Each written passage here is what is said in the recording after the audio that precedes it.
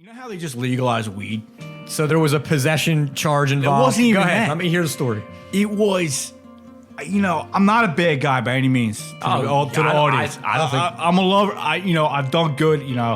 So I got to say, when I was in college, I got pulled over. I was in Temple. I was actually. It reminds me. When we think of Meek Mill, I was wearing a 22nd and Diamond. 22nd and Diamond. I got pulled over. This is actually a pretty cool story, actually. It goes back. I'm intrigued. I need to hear All right, so I got pulled over. I went through a yellow light, Okay. which they said was red. And the cop's like, you look all fucked up. And I'm like, yeah, I smoked 4 hours ago. You're like, I am. But I'm not stoned. Like, I wasn't drunk or nothing. Like, I was stoned, right? So the cop was like, all right, I'm like, fuck, it's Thanksgiving. It's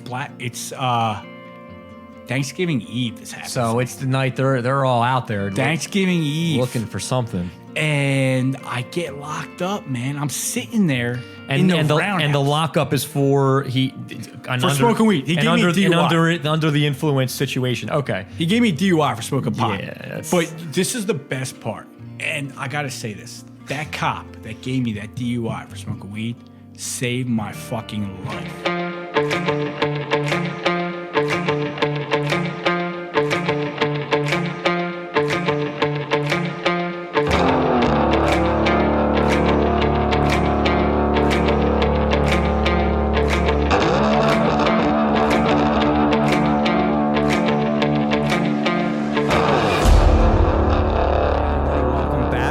Chat with Pat, episode number 2, and I have a special guest, a replacement guest, but he's going to end up being good, I feel it. Due to other circumstances from other guests, health issues, COVID tests, I have Tall here. So here it is, Tall Barron, and is a good friend of mine that I actually grew up with in Mount Laurel. Man, it's been 10 fucking years. Probably a good 10 years. And really, I don't know, man. You've been all over the place, though. You've been all over, and I'm trying to tell you more about myself. My name's Tall. I grew up with Pat. I currently am in sales. I've been in the car industry for the past 9 years. 9 years, okay. I'm big into entrepreneurship. Another is real estate. I'm in that market too. I deal with stock markets. And I'm just learning the path, I'm just trying to figure out who I am as a person, and really feel and just learn about myself as an individual, because I'd never taken that time, Okay, so, and I know, you do cars, so you're dabbling in a couple of different things. I want to get into, first and foremost, I want to get into some, a financial conversation with you, because, and I know, and I want to commend you for coming in here to be able to talk about certain issues that you've had in the past. Right. I think it's commendable. A lot of people don't have, someone they can talk to, or they don't realize the power of being able to discuss things openly, addictions, whether it be gambling, drugs, any type of vice that can destroy a life.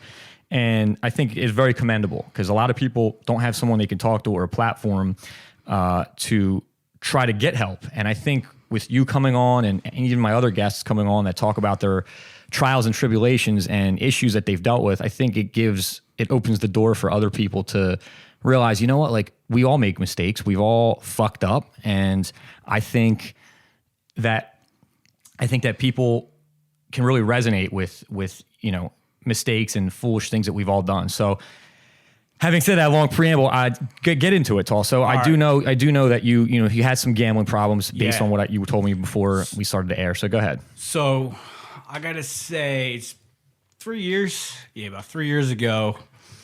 It was, for me, it wasn't so much, hey, I got to go do a sports bet, or go walk into a casino, play some blackjack or roulette. The biggest issue I ever had was that gambling at my fingertips, the internet. My story's pretty wild when it comes to gambling. I can say, I was never a winner. You're always a loser, but, when you're a winner, you talk about how much you know. You never talk about how much you lost, though. Never. You're never at the bar with your friends saying all the money you lost last week on the NFL. But you know, I remember there was a time I'm gambling on my phone, and you know, I was writing. You know, it's amazing because.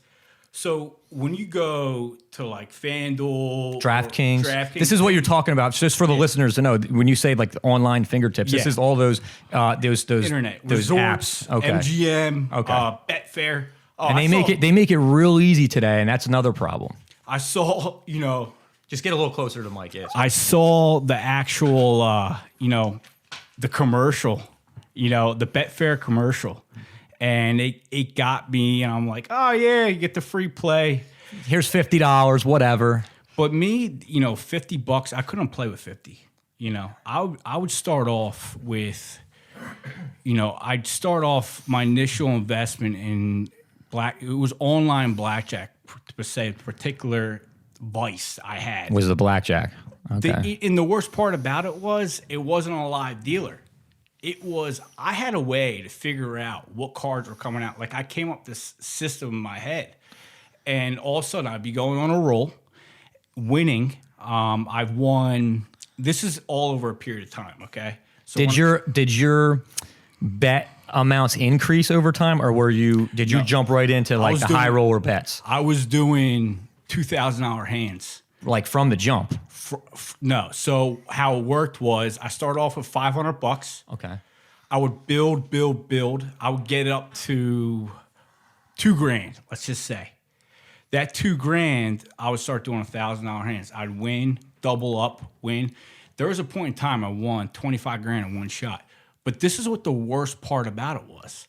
So you go to withdraw your bet, and it doesn't withdraw for a couple days. At this time. Now it's instant or it's the next day. But I needed to, you know, so I would do a withdrawal. So I'd withdraw, let's just say at that one time, it was $15,000. It could have been 15, 20. I won, this is over the whole period of time, I've won over $100,000 gambling. Right. Blew it all though.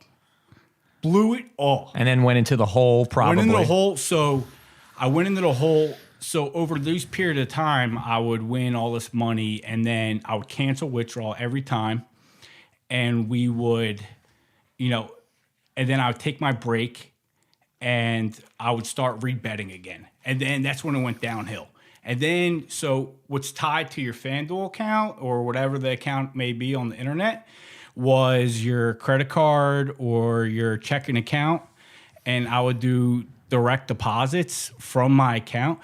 And wait, you would direct deposit from your account to the gambling app? Yes. So that you had money to play with? Yes. Okay. But then it gets worse, man. I overdrafted my bank account $35,000.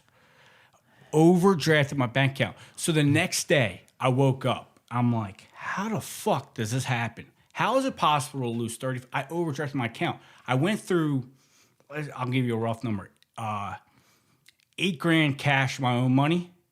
Okay. Another 10, 15 grand in credit cards. I mean, I maxed out all my credit cards. And I lost 8 of my own money. But I was writing, and then I was making bets that weren't bets. What do you mean by that? I thought it was never going through on my account. Like, so I'm withdrawing $1,000 at a time. I'm getting nervous. So like the gambler inside me, I'm getting nervous that, you know, oh man, I'm down. I got to chase. You got to go back. It's that high. Like people choose, it could be sex, drugs, it could be anything. Gambling, you know, was my biggest vice. You know, I even have a gambling sleeve tattooed to my body. You know, like I got a roulette wheel. What do you have there? I got the roulette wheel. I got the king and queen. I got the 7 on the elbow. Like slot machines. I don't have a slot machine, but I got dice up top. Like when you talk about gambler, like I was truly addicted. I mean, I was addicted to the feeling of money.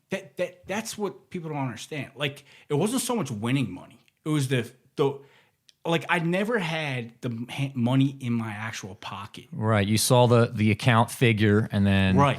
and then it was like you said. There's a psychology to it where it's never enough. You know, humans in nature, and it's human nature for us to be greedy and want more and more of something that we enjoy. There's like a chemical in our brain that goes off. I'm not sure it's a dopamine, and there's other different terms, but I do know from just from other vices that I've experienced and other different addictions that I heard people talk about. It's there's a chemical in our brain that always wants more. It's not even like you said the fact that you won the money. It's the fact that you risked something and the risk gave you a reward. So that was the high. Playing the game. The chance that you could lose or win. That unknown was that your high. I never got a chance. Look, so I did withdrawals. Maybe out of the whole $100,000 that I won and lost, right?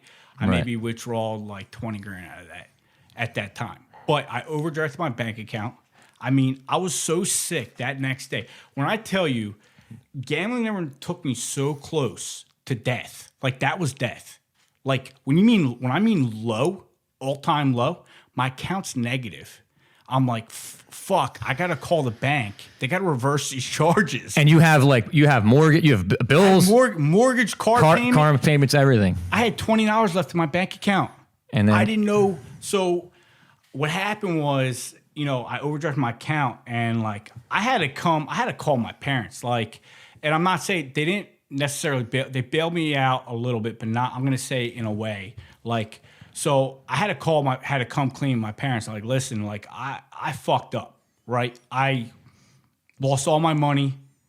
I'm in a relationship with a girl at the time too, and that's going sour too. It's all a nightmare. The gambling was part of of how that went south. Yeah, the gambling, I got to say, and I'm not going to jump around, but the relationship with the gambling, I was trying to coexist a lifestyle that I couldn't actually put out there.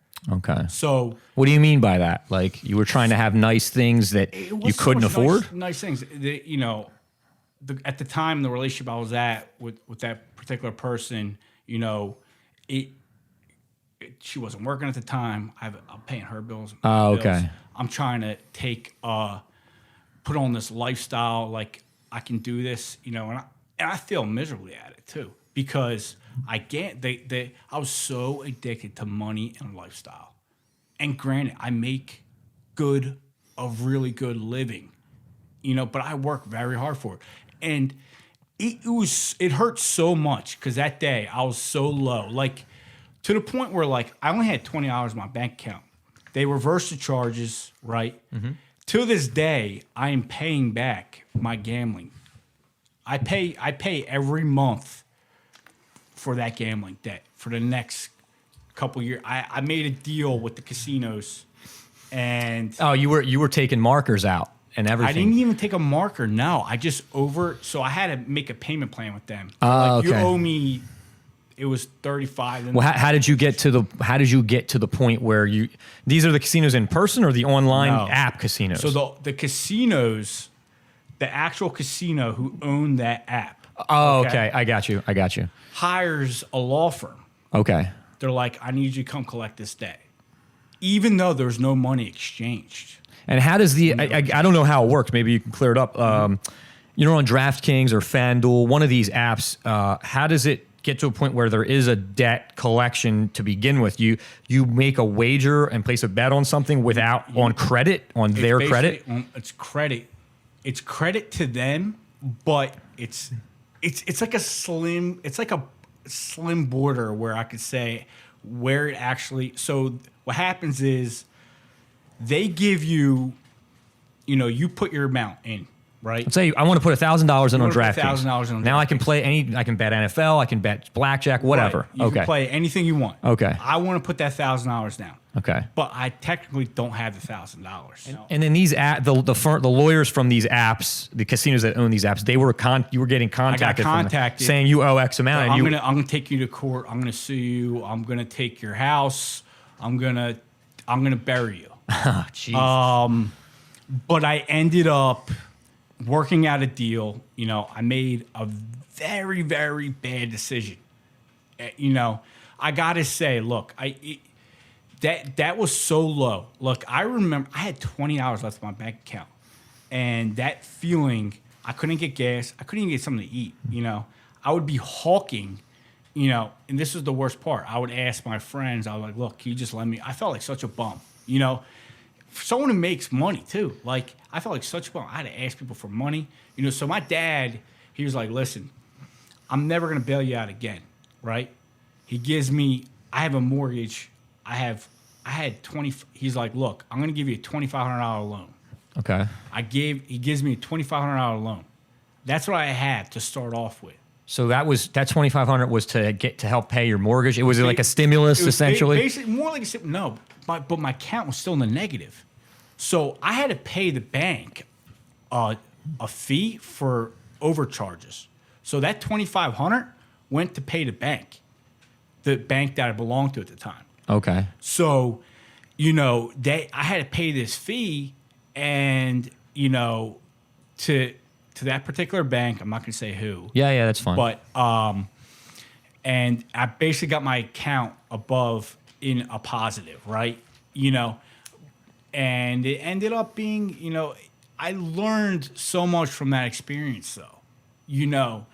People don't realize, when you're feeling very uncomfortable, and like if it's so much like nobody likes to feel uncomfortable. Nobody. It could be like depressed, like you have nothing, like there's nothing left in you. And what else do you do? It's more so like an emotional pain than physical. And right. I feel like that's harder than physical because in my experience, let's say, for example, I get, you break your arm or you really bruise your arm or something, that you can ice it, you can take Tylenol, put it away. You could kind of ease the pain from a physical standpoint. But, if you're heartbroken or you're depressed or your mood is really dragging you down mentally, you can't get out of your own skin. There's no real remedy to mental and emotional pain. So I hear you. I mean, emotions, a lot of people don't realize this too. You're very, I'm an emotional guy, and I'm happy to say that. I'm very emotional. You wear your heart on your sleeve. Is that fair to say? 100%. 100%. My buddies just joke around, man. You're too nice. They call me Romeo. Like, why you being Romeo? I'm like, bro. Bringing the flowers to her just because it's Wednesday. I mean, I'm all about catering to people. That's funny you said that. You talk about flowers. I wear a rose on my neck.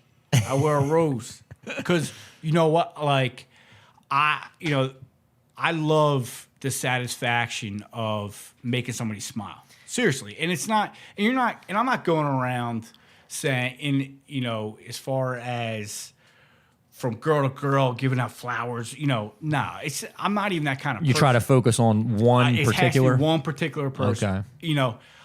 So now that we're getting into a different topic. Well, let me ask you this, not to cut you short, but to transition a little, you make a good point.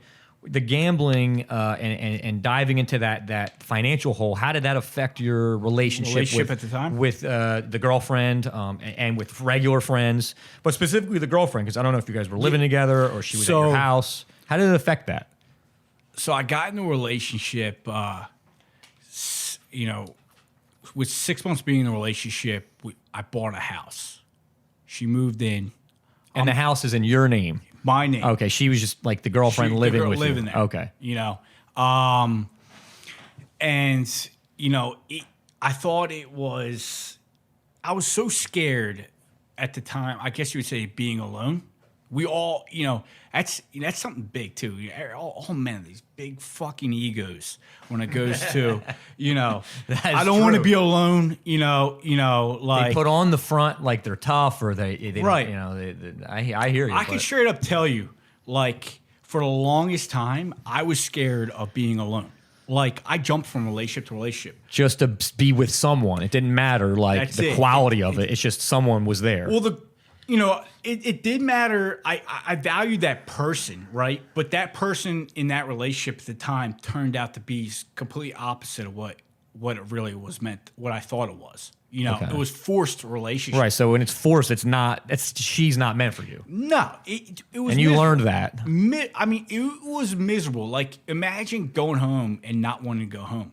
You know, like finding a way. Like, I hated going home. So you would go to the casino and gamble. It's either gamble. You know, hey, it could be. kidding. You're right. But I mean, maybe you did. I don't know. the gambling was my vice to get out. Look, I mean, don't get me wrong. Like, It felt therapeutic at the time. I would jump the gun, and that relationship, I gotta say, was a bad divorce. I was never married, but it was a bad divorce. I mean, I had dogs and shit with her, and I thought I had one dog, and then I got another dog because I thought I was gonna fix the issue. It never fixed anything. I mean, we weren't meant to be together. Okay. And that's okay. Two people, if you're not meant to be, you're miserable together. Why the fuck are you gonna hold on? I held on, and I gotta say though, but that experience of that relationship was the best thing that ever happened to me. The gambling, going completely broke, not knowing what's gonna happen in my life, was the best experience I ever dealt with in my life. I was so uncomfortable, right?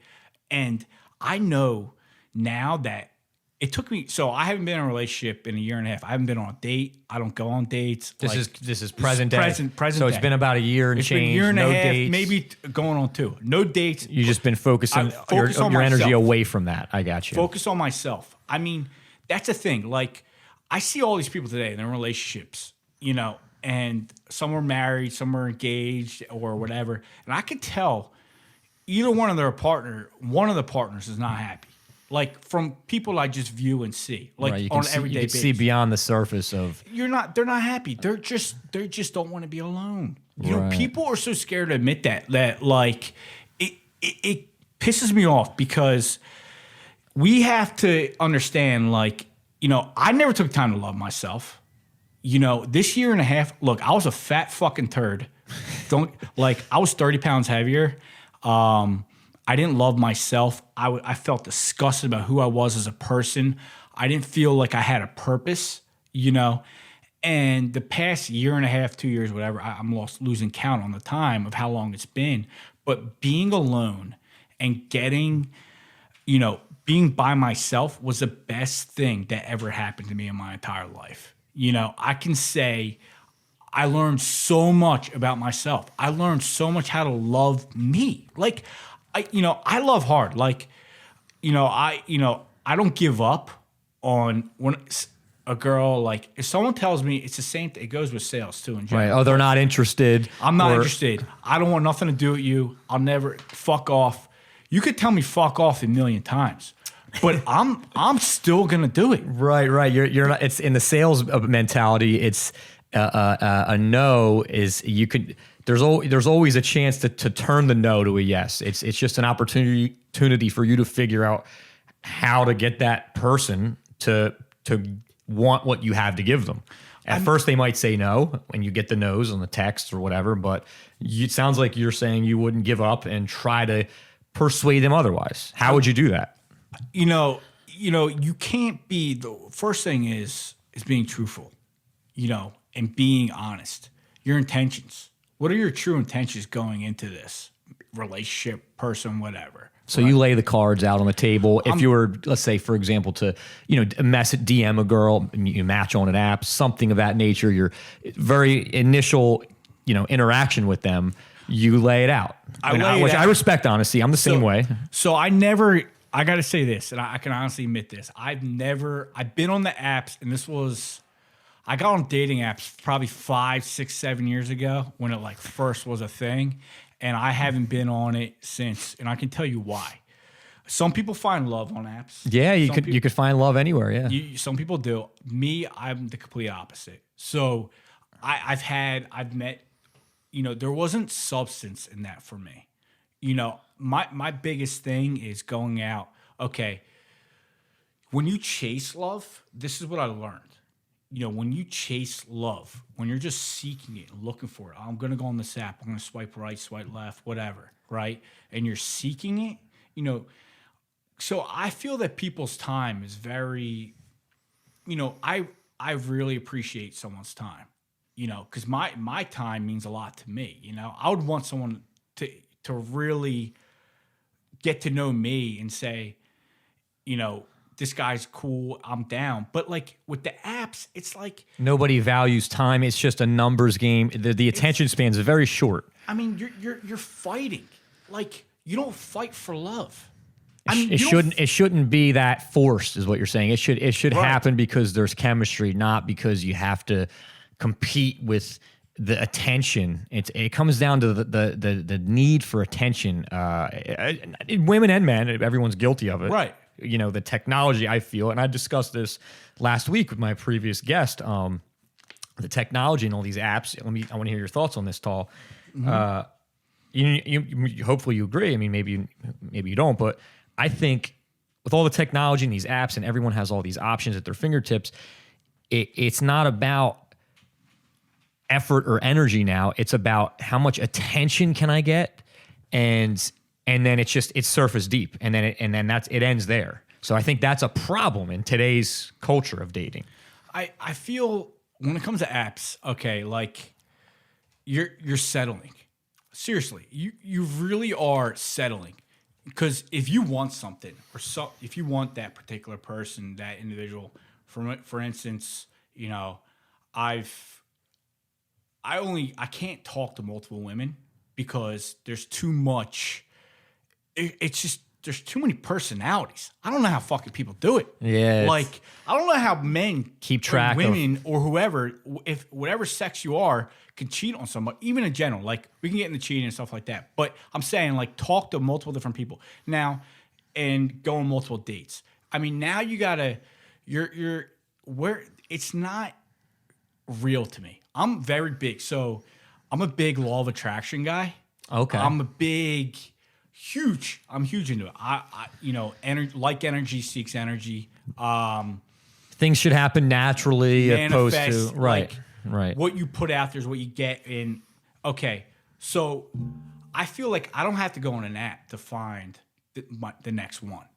I feel like I already found that person, but they may not feel the same way, but that's okay.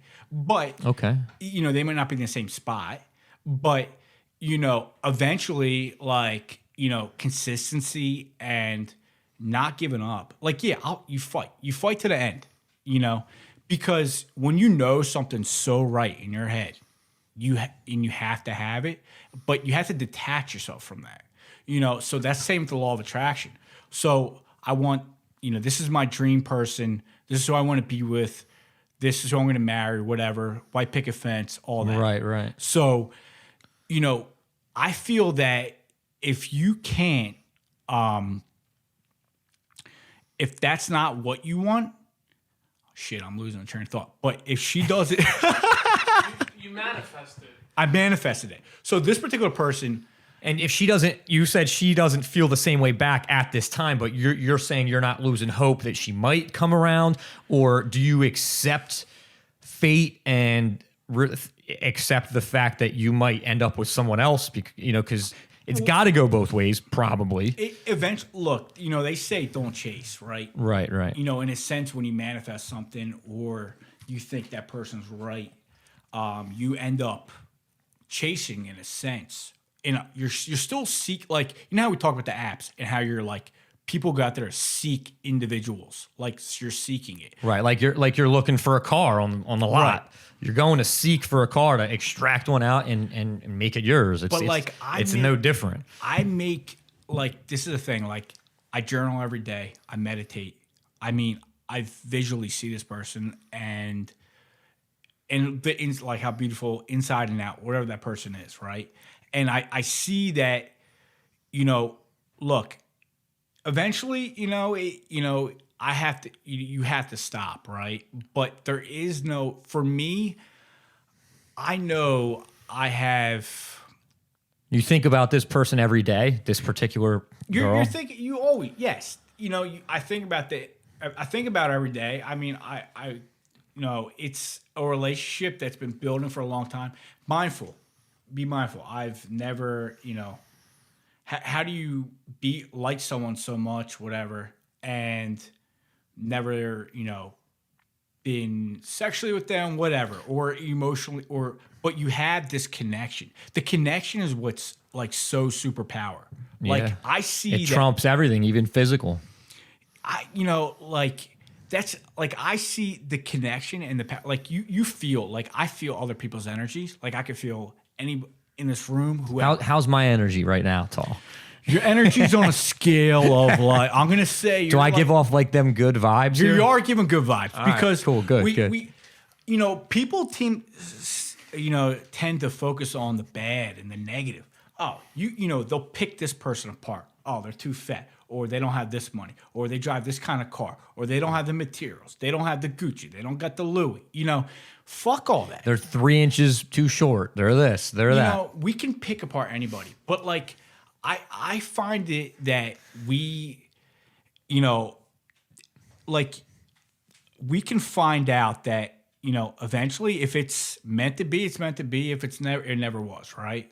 But I feel that energy of that person. Like, you don't give up because you don't walk away from a situation, even though when someone tells me no. I've never, I've been in cars, been in sales and everything, and everybody's always told me no.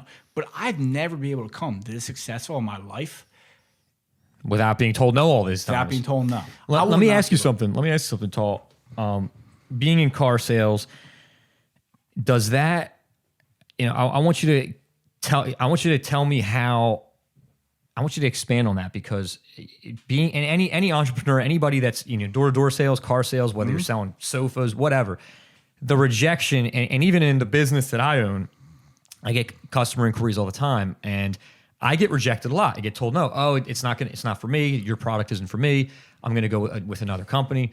So, and then in cars, you get told no all the time. With that, does that transition into like the dating and relationship world? Because for me, and maybe you feel the same way. Because of all the rejection, quote unquote, that I would get in my truck business, or whether you get in your car business, rejection, it doesn't faze me. Like once you get told no so many times, like you're not comfortable. You're comfortable with the idea that it's not personal. Like, okay, someone doesn't want what I have to give them. You keep it moving. So my point is, with the dating world, like, is that kind of how you approach it as well? You're not afraid of the rejection. You're not, someone says no. This particular girl that you're in love with, so to speak, she says no, but because your entrepreneurial sales mentality has kind of built your self-esteem up, the rejection doesn't faze you. It just goes with being confident. The one thing people, if I'm not confident in what I do every day, I wouldn't be successful. Right. We have to really understand that, everyone's human, right? You might not like the particular car I have that you want to buy, or she may not like me because, I'm not dressed a certain way, or my hair is not. I'm not. But then you don't want a girl like that. I mean, that girl is she's trash. She's just looking for materialistic things. Like, what does she want to know about you as a person? That's the girl you want. The girl that values that. So you're better off. The best girl is the one that can talk to you and make you feel a certain way, and not ask for anything. Right, on a human level, not on a... They don't need to ask, and that's the thing. A lot of people don't understand this. Like, people try to buy love, right? You see that. But for me, you're not, and they're like, hey, I got this girl so-and-so, and she wants nothing to do with me, right? And you sit there and say, well, she used me.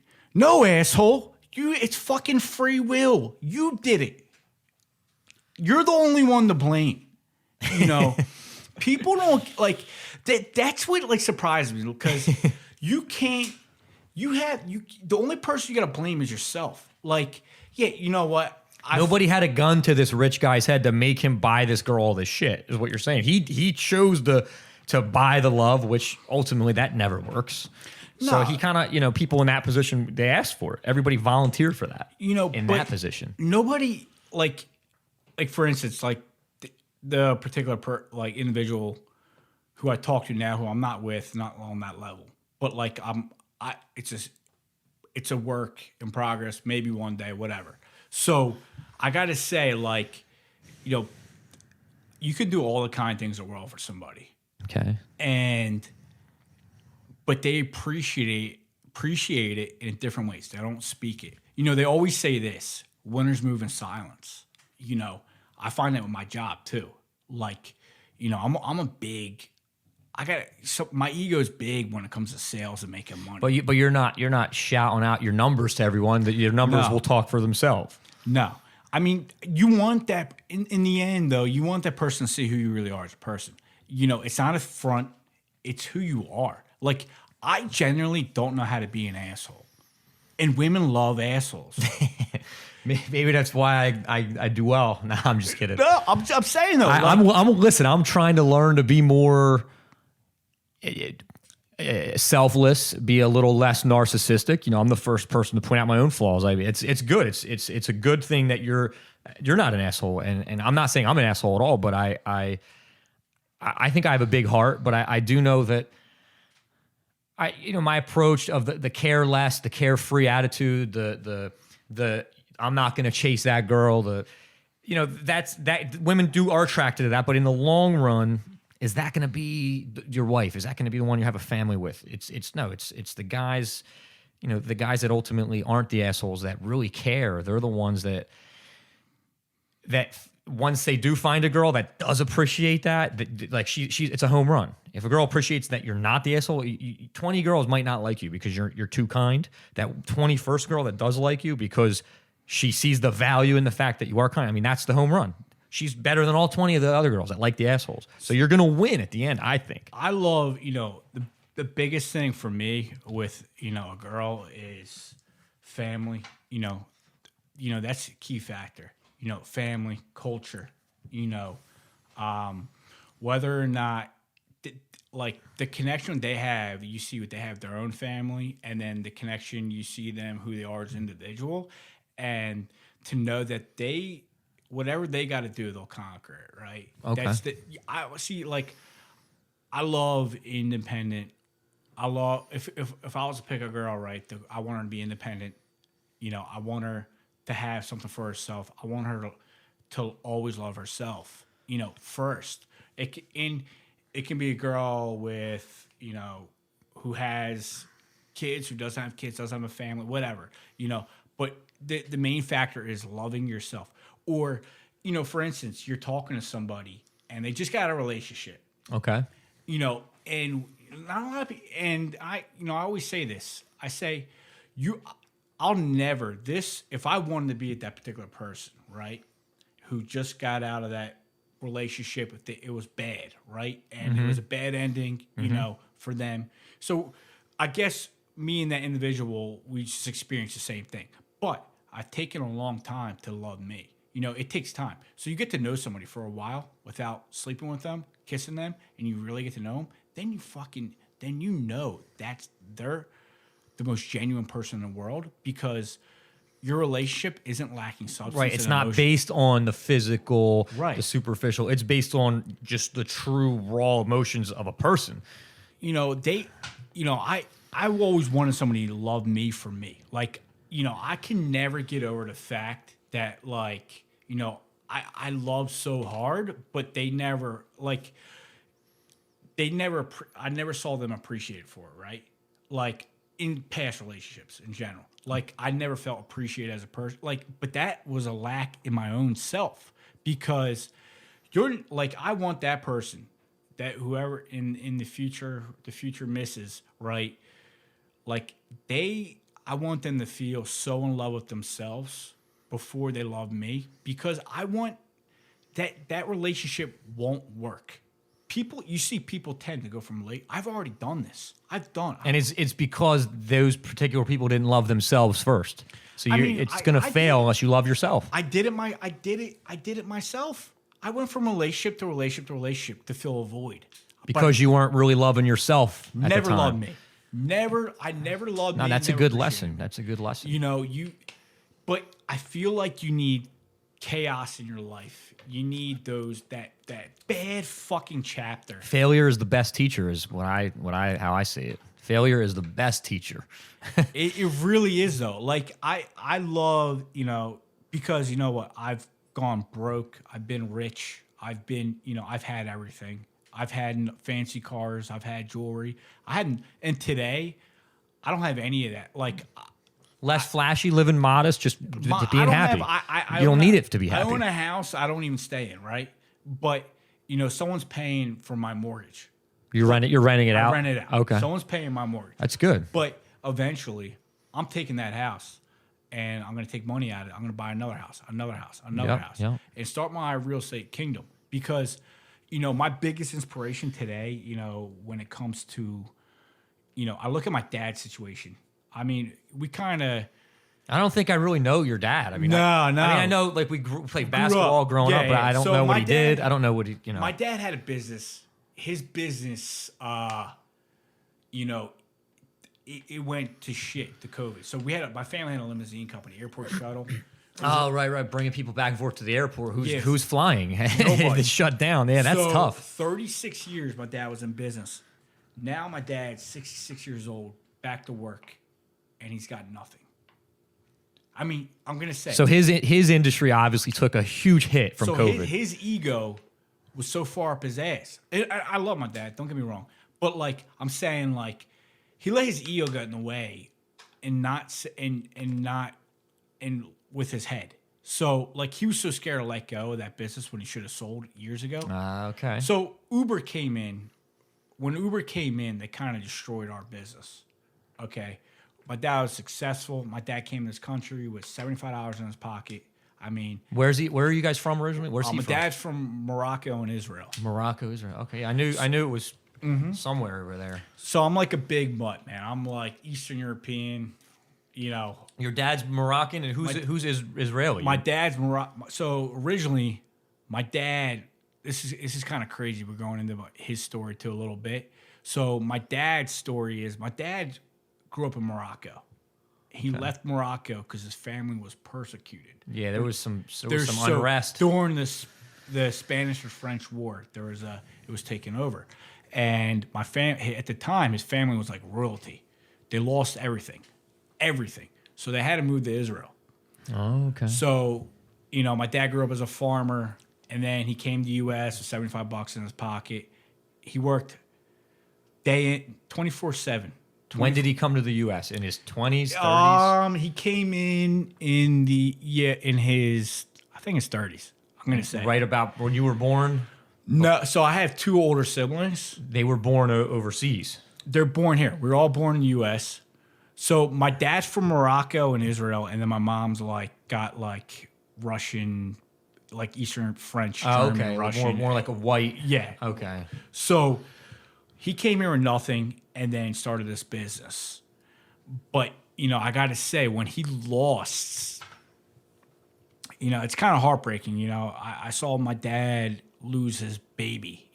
The business was his baby. Right? For 30-something years. So I look at my dad.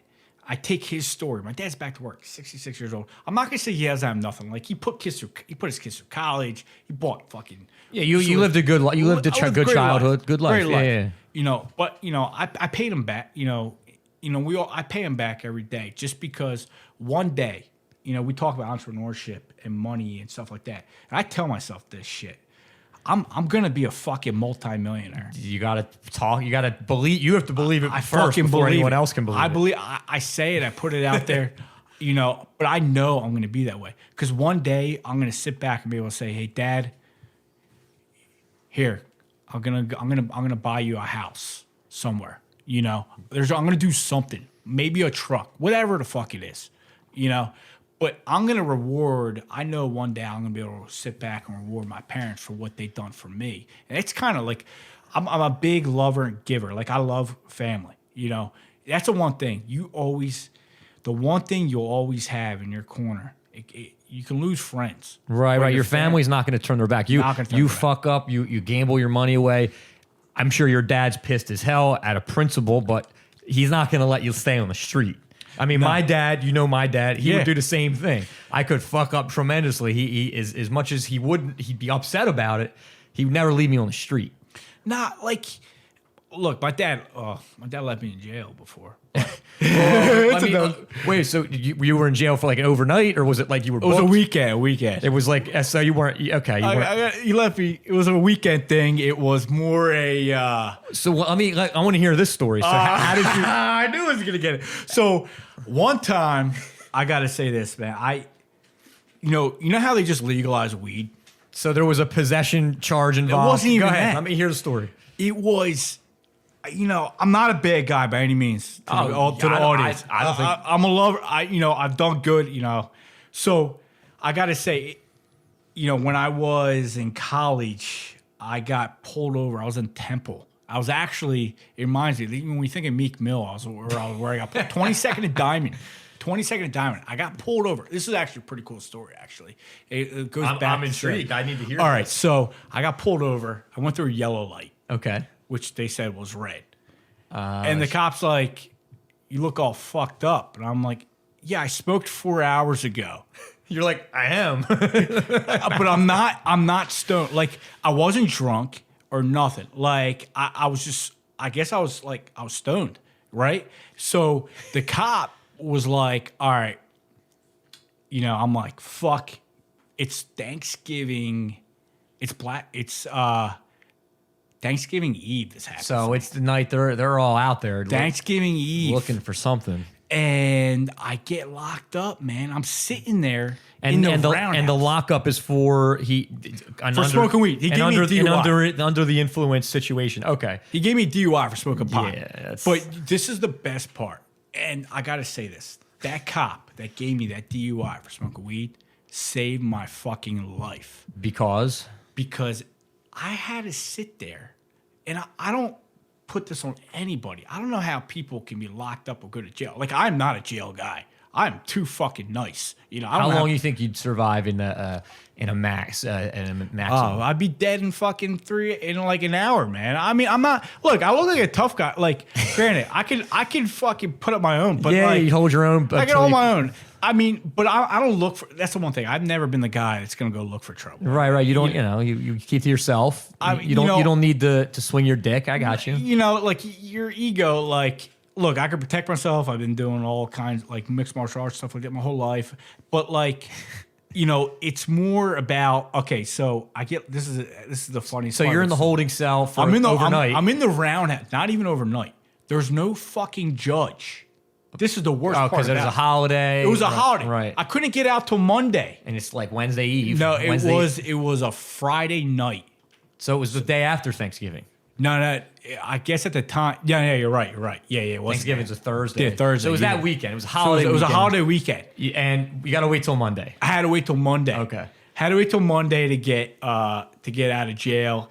And what I remember the worst part about that experience is in the roundhouse they give you cheese sandwiches. Okay. Government cheese. Fucking cheese sandwiches. It's like plastic. There's roaches. So there's roaches coming out of this. It humbles you. Oh my fucking God. You realize that you could have it worse. But the best part about it, so the guy who's in the cell with me, in this holding cell, was a school cop. He got a DUI, and he was a diabetic. So I traded him. See, me, I'm not drunk. He was a cop that got arrested? Yeah, he flipped his car. Oh, okay. Okay. So he flipped his car multiple times. So you're trading off food. So I traded him a bottle of water. It was actually a small size, by the way, for a peanut butter sandwich. Peanut butter sandwich. Because I fucking didn't want a cheese sandwich with a roach on it. Because if he was a diabetic, they give people who are diabetic, they get the better food. So I traded him some bottled water. Okay. And I got a peanut butter sandwich. Which is a home run. It was a fucking home run. To the government cheese. It was a home run. But now this is so what did it what did this experience it woke something up in you? What did it teach you? It really taught me that I was leading a path that wasn't for me. I had they always say this, like, you have options in life. I had it, and you have a journey, right? That wasn't my journey. I was on that bad road. It was just a hump in my life that I had to overcome. The best part, though, so now I've been in car sales for 9 years. So one day, this cop comes in, not knowing he's a To cop, the showroom, the dealership. to the showroom, to the Okay. dealership. Okay. How about I'm not going to use the guy's name, Officer P. Officer P comes in. I look at this guy's license. Now, he's not dressed as a cop. I just remember P, and I remembered his last name on his name badge when I got arrested. So this guy coincidentally, who you were locked up with overnight. No. The cop that arrested me now. The cop that arrested you also coincidentally comes in to Comes into try the to buy deal. a car. Comes to the dealership, but he didn't know it was me. He comes in. I'm like, Officer. And you knew it was him though. I knew it was him because I remember his name badge. Okay, so he shows me his license. I'm putting his information, and I asked the guy, I was like, "Do you remember me?" And I was like, "No." I was like, "You remember 22nd Diamond?" You know, and 3 years ago or whatever. Meek How Mill, long ago Meek was Mill it? Street. This happened. Like how long ago was it from the arrest to when he came into the dealership? A year later. Okay, so yeah, he's probably not going to remember. I mean, how many people? But he did. Oh, so then you bring it up and he I remembers. brought it up, and I said, "Thank you." I said, "You know what?" I said, "You saved my life." I was so humble because I saw a side of my life that should have never happened. You know, yeah, we all make mistakes. But you might not have been working at the dealership had you didn't wake up from that experience. You might have kept going down that path. I could have fucking killed somebody. Who knows? You could have went down a deeper path if that particular experience. It seems like it kind of woke you up and made you go down make better choices. Look, which led to working at the dealership. I'm not a bad guy. We all make mistakes. Everybody makes a mistake. But you know that particular. So I ended up selling the guy a car. Okay, The so you got a same little guy that commission. wrote me a DUI. That's full circle. I think that's The same guy.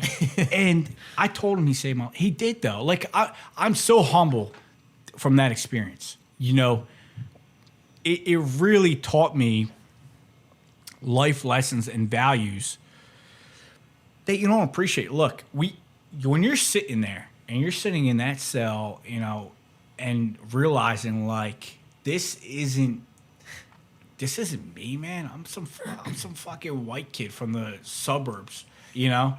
Like no. It can wake it's either gonna wake you up or it's gonna entice you to continue down that downward spiral.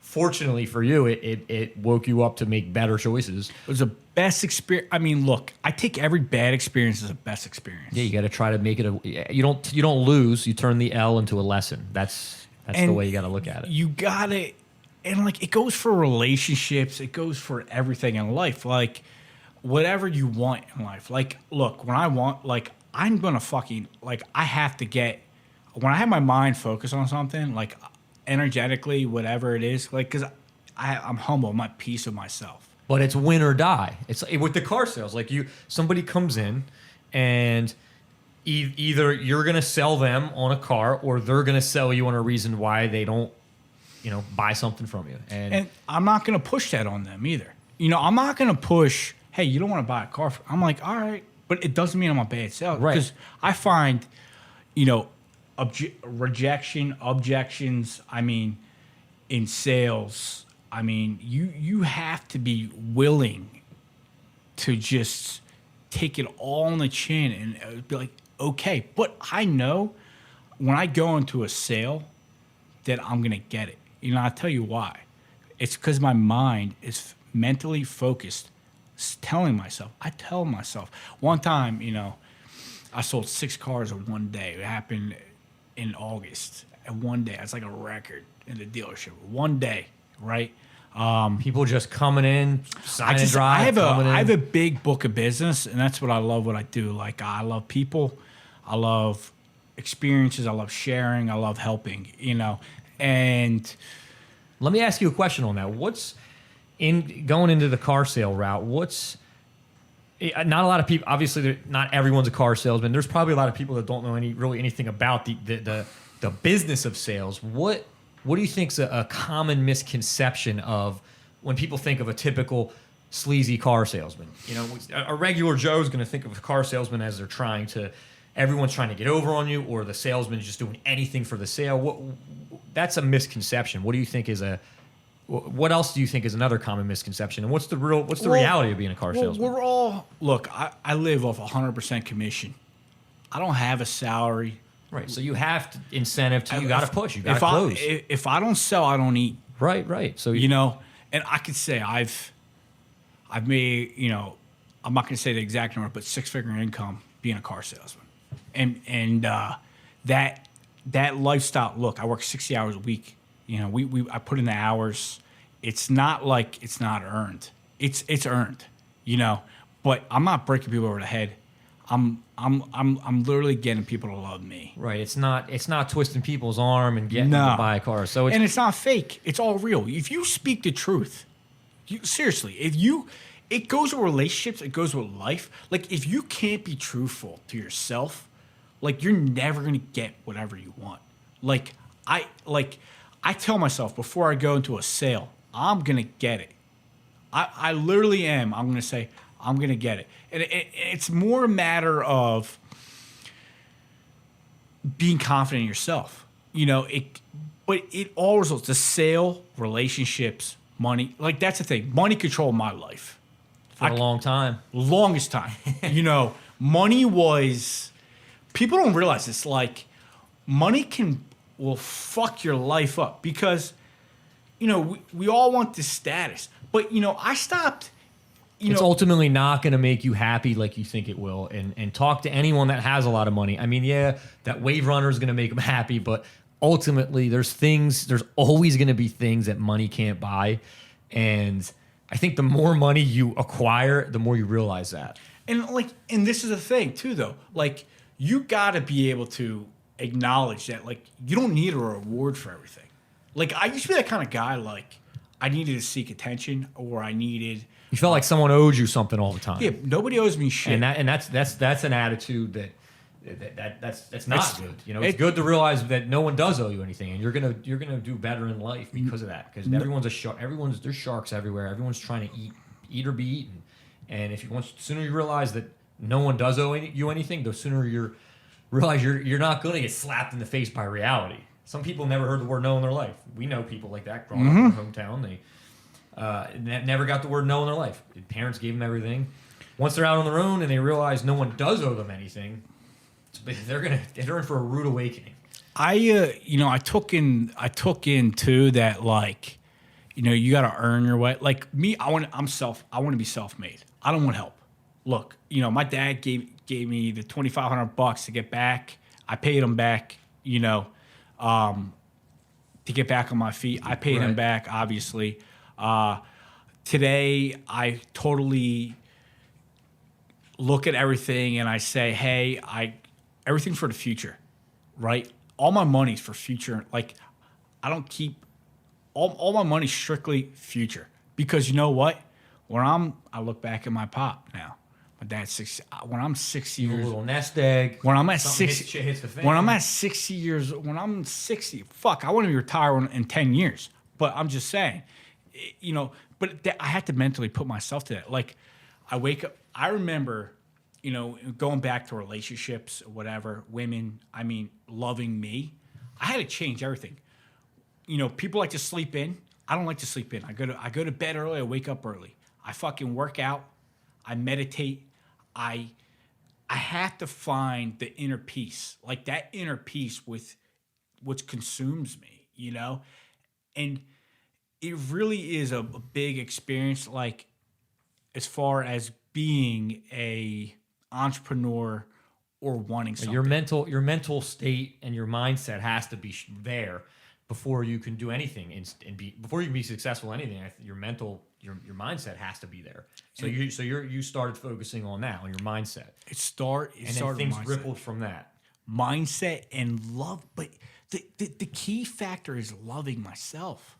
Like, we take everything for granted. I mean, I gotta say, like, I know people that are in relationship. Like, we talked earlier about the relationship stuff, but we take life for granted. We don't look at life and say, we may not have tomorrow. People, like, I look at it like, hey, I may not have tomorrow. It's true. I mean, the other night, actually, I was involved in a pretty bad accident. Obviously, I'm going to tell you the story now. You probably didn't know. I was driving home from somewhere, and long story short, guy drives out, T-bones me. My truck spins out into a ditch, and a tractor trailer could have been coming the other way. I mean, they're not stopping. I mean, that's it. So I get out of the truck. I mean, that happened to me. It could happen at any instant. Like, everything could be gone. Right. Thankfully, unfortunately, I'm okay, and I survived without really anything. But something like that happens, and 3 inches to the left, or 3 feet to the right, or 8 seconds later, 8 seconds sooner, one of those variables is slightly different. Like, I'm crushed, I'm dead, or you're dead. So, experience like that is evidence and proof that tomorrow is not guaranteed.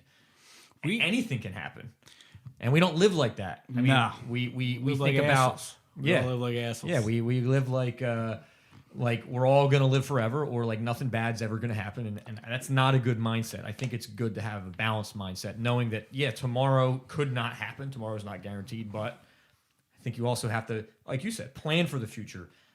Try to be financially diversified and have money in safe investments, because when you're 40, 50, 60, where do you want to be at 60? At 60, man, I want to be on a fucking yacht, Doing something. You like, and people are like, think I'm nuts, like, because about your mindset. My mindset, like, yo, your vision to grandeur.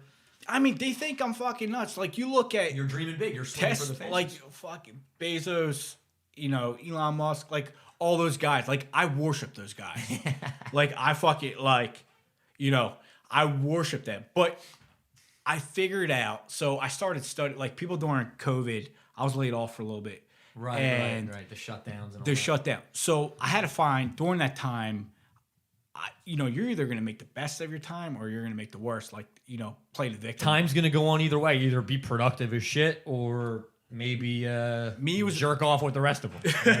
I don't know. COVID though was the best thing that ever happened to me. Another best thing that ever happened. The best fucking thing that ever happened. I mean, I can honestly say, like, it, because I had to change.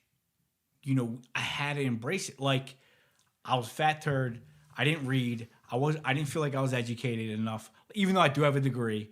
But, like, I wanted to educate myself. Like, they don't teach you in college. What's your degree in? I actually have a criminal justice legal studies degree from Penn State. Did you went to out in state college? Yeah. So you went all the way out there? Yeah. Oh, nice. So I got my degree, and I sucked at college though. Right. Yeah. I mean, but like you could probably agree with, college doesn't really prepare. The education system is somewhat flawed, I would say. I mean, they're not teaching you about what to invest in, what to like, what's going to make how you to fucking even buy a house. Right. They're not teaching you about. I could say this: I mismanaged 6-figure income for over 7 years. Right. I mismanaged because I didn't appreciate money. I never appreciated the value of a dollar. So you were making pretty good money at the time, as you are now, and but at the time, money's coming in, and you were somewhat irresponsible with it, and you didn't put it in places that could have been way better choices, investment wise.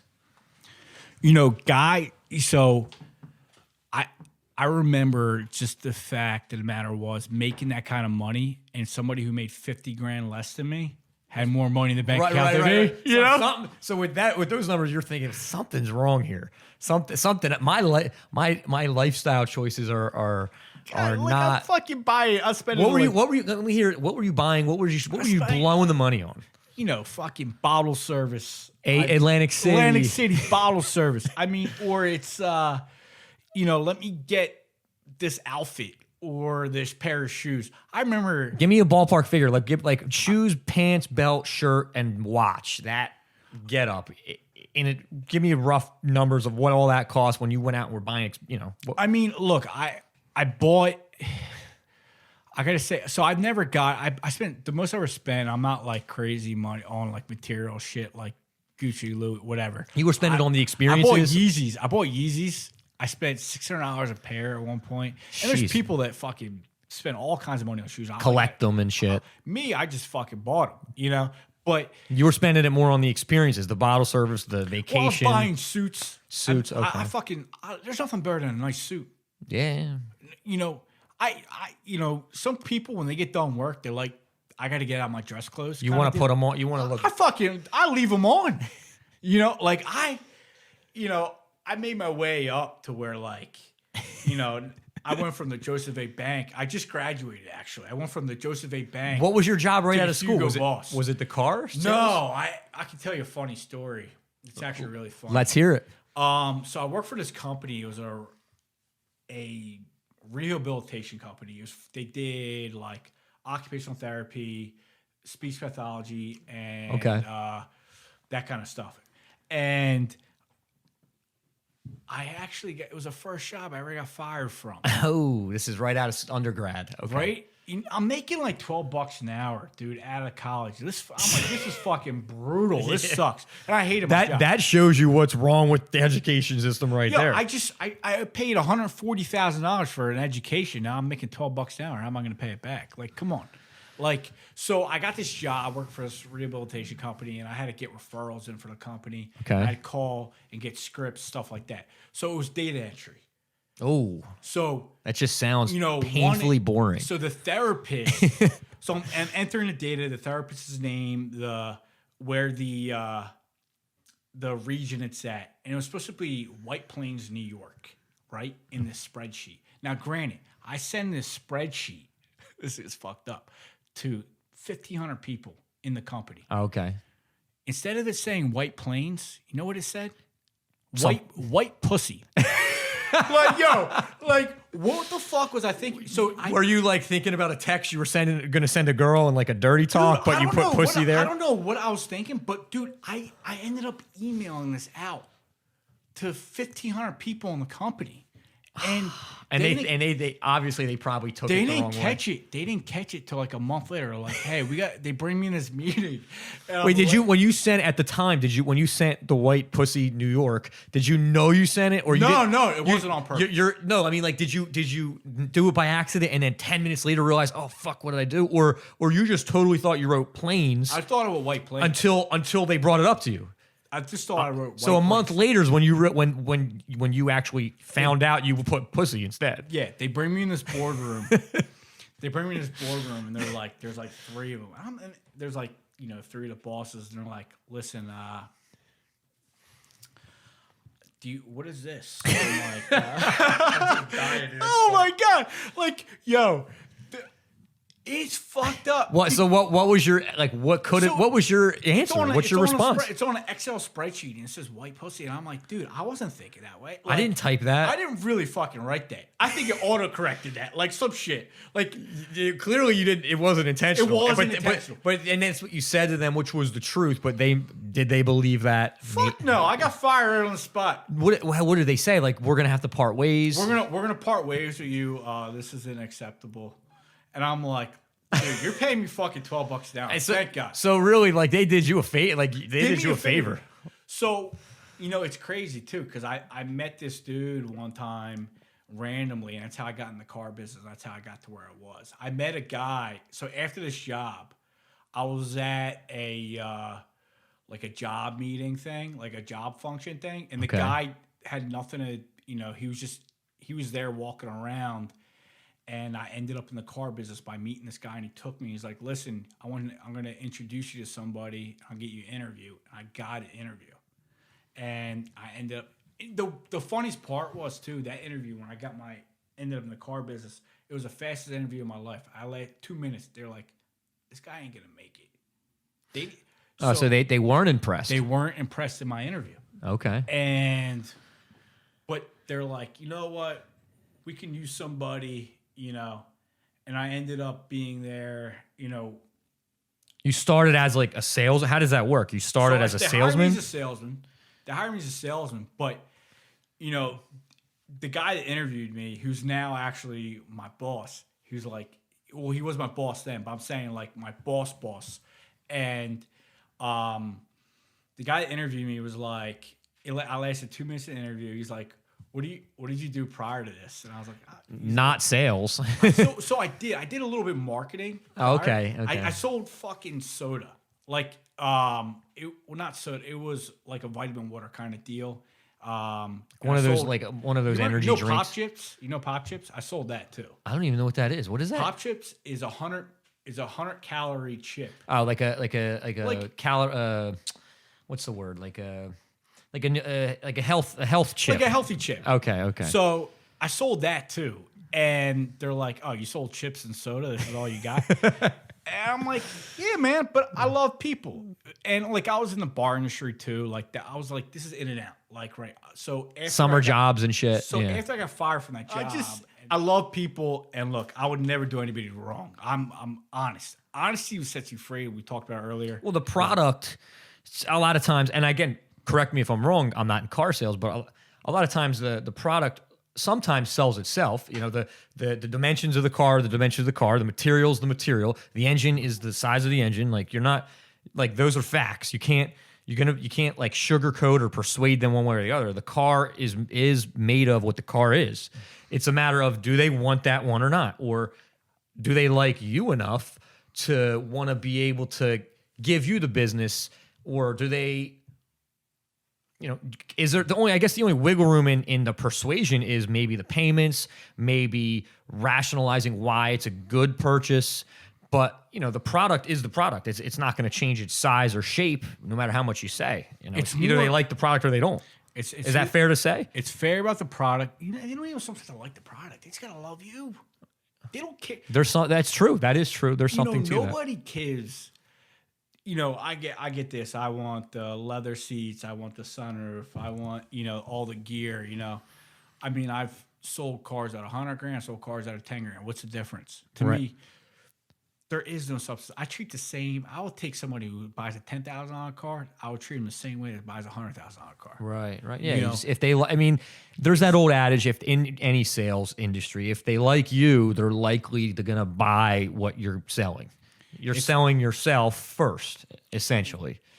And I live off a book of business that people learn to I appreciate everything. I appreciate everyone that's been in my book, my referrals, my customers, family, friends, everybody what's really important about my success in sales is I surround myself with very good people.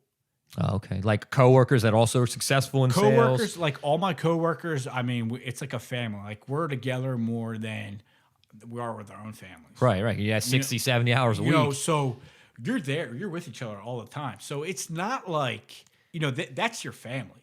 I have a love and appreciation for the people I work for and I respect level, because you have to appreciate everyone around you in order to succeed in life. I can't even speak, but is there now you're speaking well. I can hear you. Can you hear Mike loud and clear? See that? Awesome.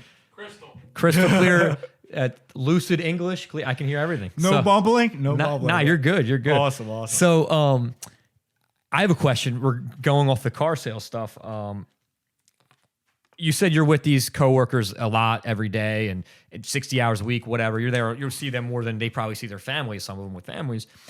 When you're there and it's a slow time, I'm sure, is it in your industry, are you and the other salesmen, do you guys bounce ideas off each other? Well, this person walked out. What do you think? What could I do better next time? Or do you guys kind of strategize and brainstorm on ways to get better at selling? We have. I mean, look, we always take this as, you walk into my dealership, okay, you don't see guys in polos. You see guys in suits, shirt and tie. You see them in you got nice slacks, nice shoes. I mean, you're not walking in. You're walking into a fucking resort. It's like, because it's not a Honda dealership. Nah, no disrespect to Honda, but I drive a Honda, by the way. Yeah. So, it's not a matter of it. It's how presentation is key. So that's like the first step. Everybody you walk into. I mean, you're walking into. They got to get a good first impression. First impression, they like the clean cut, They may look sharp. Okay. I have to get a haircut once a week, man. Like I'm fucking. There's two things, and we go. There's two things men need in this life: a fresh pair of shoes and a fresh haircut. Fresh haircut. That's true. You know, because you can always get away with wearing the same jeans because they'll never know the difference. You just change the shirt. Right. The hair starts wolfing out, jagged edges here. They're gonna see that. You gotta have some fucking respect for yourself. Like women, they're getting their hair done, they're getting their nails done, and it's not only is that to make them feel better about themselves, but like you got to do it for yourself. Like there's nothing being clean and precise, and because it makes you feel good as a person. If I'm not feeling good when I'm working, You're not going to be effective selling. I'm not gonna make any money. Okay. If I go into work tomorrow's gonna suck. It's raining. I'm not gonna make any fucking money. It's gonna be miserable, and it's just a long day that drags. I have to go in.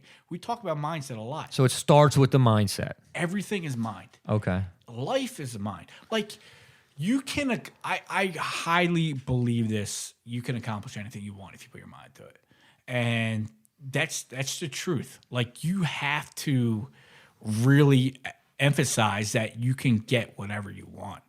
I'm not saying, look, it goes with relationships, it goes with money. Like I'll give you an example. We're going back to the law of attraction and manifestation stuff, right? We're gonna get in a little bit I'll get a little bit about that. Okay. I thought about something. I'm like, listen, I visualize in my head. I'm like, look, I'm going to make $5,000 this week. I don't know how, I don't know why, but I'm going to visualize it in my head. I'm just using a rough number, whatever. It's pretty good. I mean, I'm going to say, I'll take $5,000 this week. Yeah, $5,000 this week. Fuck. You, Mike. I mean, shit, in my head though, I want 10. Right. And that goes back to what I brought up earlier with you were saying like some of your friends think you're nuts because your vision is you're setting the bar high. Some people might think unrealistically high, but I mean, people hit them goals, so why not you? So that's the thing. Like people are so worried about what people think about it, like themselves. Like me, I don't give a shit if you don't think like me or not, whatever as a person, but you'll respect me and you'll understand. Like I don't need. Like I used to be the kind of guy we talked earlier. Like I used to be the kind of guy like I needed a reward. Like I needed the validation. I need someone to validate. You are the man. You are dressed well. I need someone Keep to validate. Being cool. I want to be as cool as you. You wanted that in your ear every day. I got you. I mean, I think a lot of people, especially nowadays with the social media, the social media has turned, I think, into some sort of drug in the vein that has created people to feel they need that validation constantly. Like, why do we all post whatever stupid pictures on Instagram? Why do we post things that we might think are a success or something that might look cool? That's to get other people to say, good job, thumbs up, you're the greatest. And I stopped, but someone once told me that like you don't need validation for someone to like. You don't need it. You don't need it. You don't need to be heard because we like Tom Brady. Listen, the guy's a fucking goat because he's not out there telling people, "Yo, I'm the best at this and that." He doesn't have to, right? He's already known for it, right? Yeah. But in order for him to be successful, in order for how he got his success in life, he didn't speak about it. He just did it. Yeah. They always say, like I mentioned, champions go in silence. Make a lot of noise being silent. And that's my thing. I don't need validation from anyone today. I learned how to love myself. I learned how to be successful, and learning all those things has taught me a great lesson in life. We got to fail to succeed, obviously, because in being uncomfortable, like that's what people can't, like, they get so caught up in their heads of like, I can't feel this way, or it's not kosher. Right. When being uncomfortable it's the only way you're going to grow. It's like, let's use the gym, for example. Like the only way your muscles are going to grow and expand is you're going to get on the bench and you're going to eventually have to put more weight on, and naturally your body and your muscles are going to grow. Same thing here, being uncomfortable, starting this podcast that I did, or maybe starting a business that I might run, or for you, jumping into car sales, something that you do that you never did before, you're leaving your comfort zone. And that's the only way you're going to grow and do anything. Anybody that has a lot of something or does something cool, they started out probably maybe sucking at it or being uncomfortable because they were out of their element. So I think it's the same as like your muscles expanding on the bench press. Being uncomfortable allows you to grow into someone that can then adjust and adapt to situations because you're used to it. You dove into you dove out of your comfort zone, and I think that's an important. I think a lot of people play it safe, and like you said, people that have these visions of grandeur and success and want to be millionaires, that none of those people played it safe. You can play it safe, which is fine. And people are happy, 9 to 5, paycheck, pay the bills, got the house, the kids, soccer practice. That's great. But, and there's nothing wrong with playing safe. But to get to that next level, you got to take some risks and that's all comes back to going out of your comfort zone. It even goes with same thing with gambling. Yeah, it ties into gambling. It all ties in. I mean, relationships, life is a fucking giant gamble. Don't get me wrong. It is. No, any business venture you go into, your father's limousine business, that's a risk. Any venture, it's a venture. It's a risk. Any investment is technically a gamble. So, what did you say? The what? Virus. It's risk. Oh yeah, going out in public. I mean, everything, you're risking your life every day. Here's a funny analogy. It's kind of a stretch, but let's see, when you roll on these apps and stuff, you're messaging girls. How many times you're talking to them and they say, "Oh, well, what if you're a murderer? Or what if you're, I don't know you. You could murder me." Like, I'm sure you've gotten those messages. I don't know. Look, I can tell you the honest truth. I haven't been on an app in a very long time. Mike, can you understand those? I can't talk so much about the app because I don't get substance out of an app. Like, I don't find love in an app. But I can say, even messaging women in general. Look, you get rejected in general. Everyone takes rejection, but you can't. Like I said earlier, like I can only concentrate on one. I can't concentrate on 5, right? But it's fear. In the end result is fear. I don't fear anything. Right. And more rejection teaches you to be I am fearless. fucking worried. Like, am I supposed to be like, yeah, doing this podcast here, and I'm like, am I supposed to care what people think about me? In being honest, but that's the thing. You got to be honest as a person. You need substance. Like, you need, honesty, we talked about will set you free, but you need that course of substance in your life and not care about fear. I don't fear it. Because there's going to be risks in anything you do, so you gotta no fear. you gotta have reasonable fears, and then there's unreasonable fears. Try to steer clear of the unreasonable fears and have the reasonable fears. I guess that's, and then you could be even things that are reasonable to be afraid of. Some people have the courage, and the more they've experienced, the more bullshit they've been through, the more they can tolerate the pressure of those fears or those risks. So I just, you just got to trust. You got to trust yourself, knowing that it's whatever you do, whatever you want to accomplish is going to work out, no matter what. And it's not accepting no as an answer. I'm a yes man. But I want what I want in life is I care about values, I care about purpose, and I care about getting to the next level. But nothing's going to take that away. You can't let any small little fragment of fear that steps in your life and let it overtake you. Because that's what I'm saying. We create problems in our own head, which we do it all the fucking time. I mean, you see it in relationships with people that are in relationships, or even, okay, for instance, you said you've been on the apps before, right? Yeah. Okay, so even when you're spitting game to a girl, right? I'll put it this way. In your head, though, right, if you go into that conversation with that particular woman, and you go in there saying, "Oh no, she's not fucking interested. She wants nothing to do with me." Your thoughts are a direct action of your results. Right. You almost thought it into existence. You put it out there. Right. I mean, if you see, like, I watch guys. It's weird, man.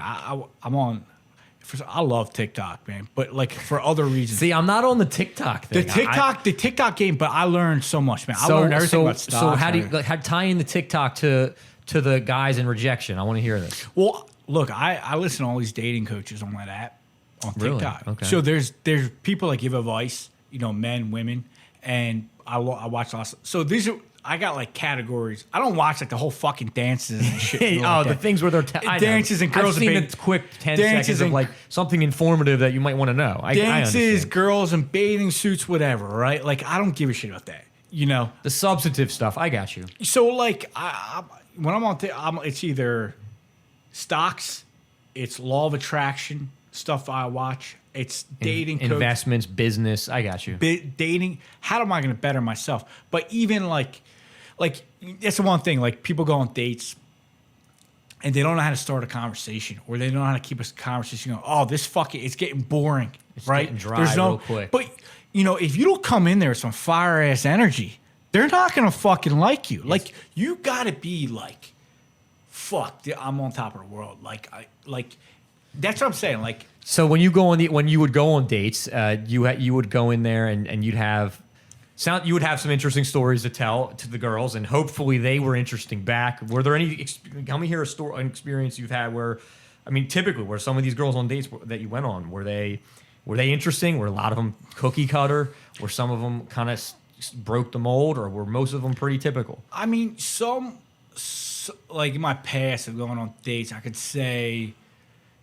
Some we meshed, some we didn't, but it's more, look, if you're a real person, if they can tolerate if they can tolerate you, if they can tolerate and handle like your bullshit, you know what I mean? Like you just, well, that's special. That's special. I agree. But, even going back, like taking all this advice from other people and learning to, because there is no boring conversation. Like I'm a people person, so with you, you're saying with you just really no, like you could have an interesting conversation with the wall if it allowed it, because you're always going to bring something to the table. That's because of my mindset, but I didn't think that way before. Oh, okay. That's just that's today. Like today, I have a mindset where like I'm going to go in and. I have something to talk about. I have something that might be intriguing to a listener. So you that's your mindset, and you throw that out into the world. I'm very open. I'm just open.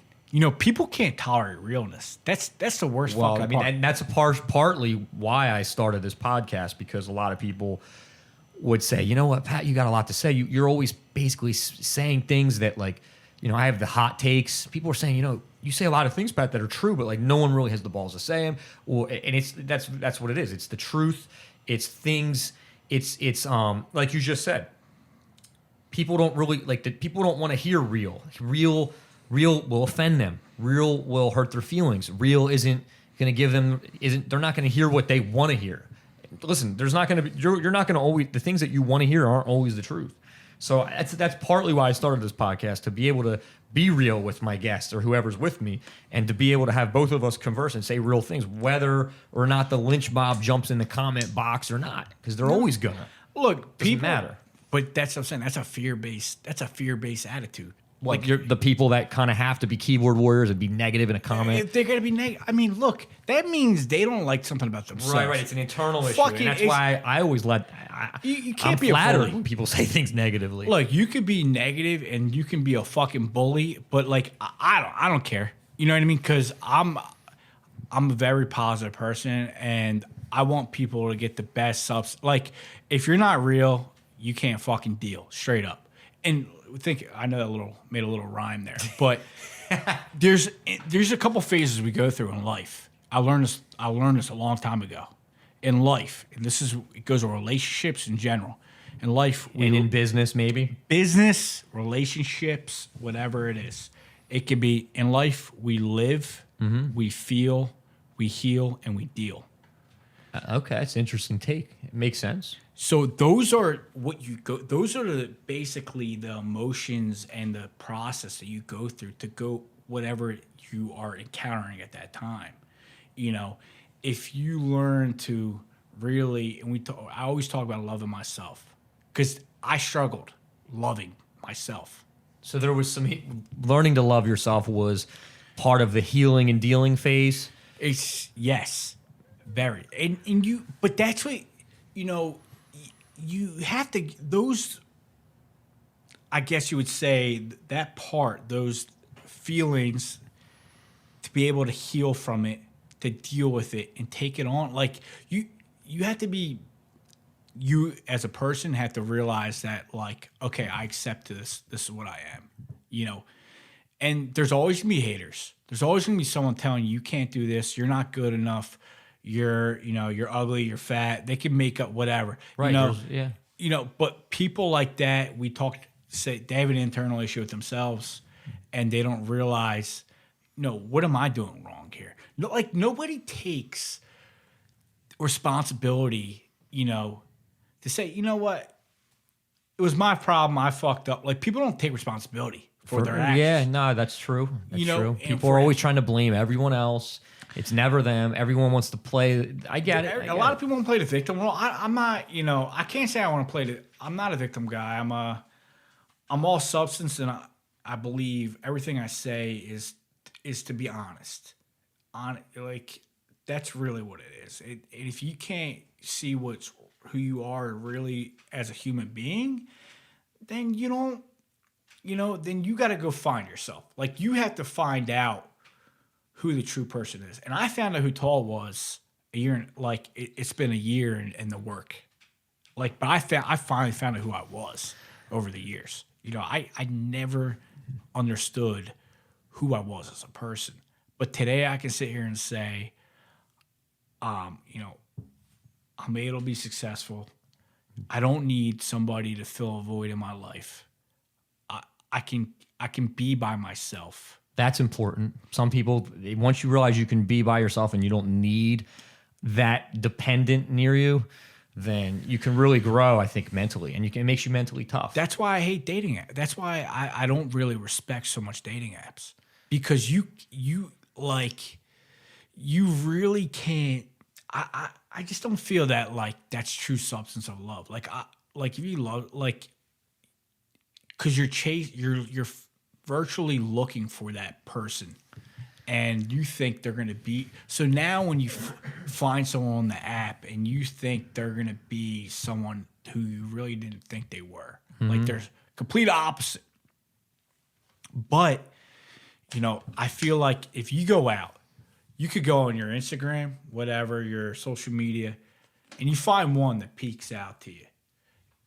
But you find a way not to get in their pants, but you find a Connect with them on a different level. Right. Dude, you're talking to, I haven't had, you know, I can honestly say I haven't had, I took a year off from being in a physical or sexual relationship. Like I haven't had sex in a long time. That's what you're getting at. That's what I'm getting at. Yeah. But I'm saying that in a sense that, like, dude, like, But it's okay. It's not a bad thing. It was the best thing I ever did. Cleared your mind, so to speak.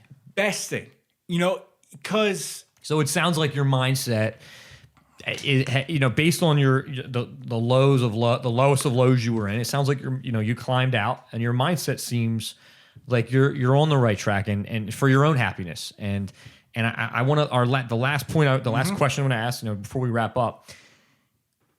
You figured out your way to be happy and to find your internal peace and to push towards success. What would be your best advice to someone that might be listening to this that is going through some gambling addiction, or maybe a rough divorce, or is lonely or depressed or broke? Something's not going their way and they're mentally struggling, and they might not have anyone to talk to. So what would be your advice to that person that might be listening to maybe climb out and, just as you did? So my advice would be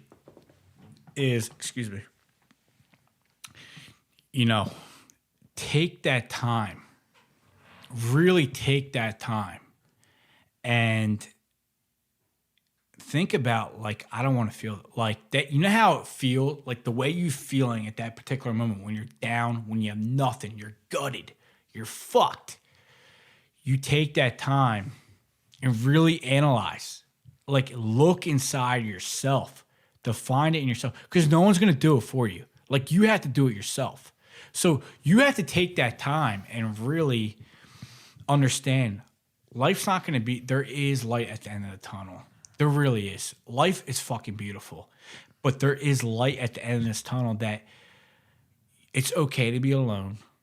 It's okay that I'm struggling. It's okay that I may not have that promotion, or I may not be in that relationship, or I may not have the family, whatever.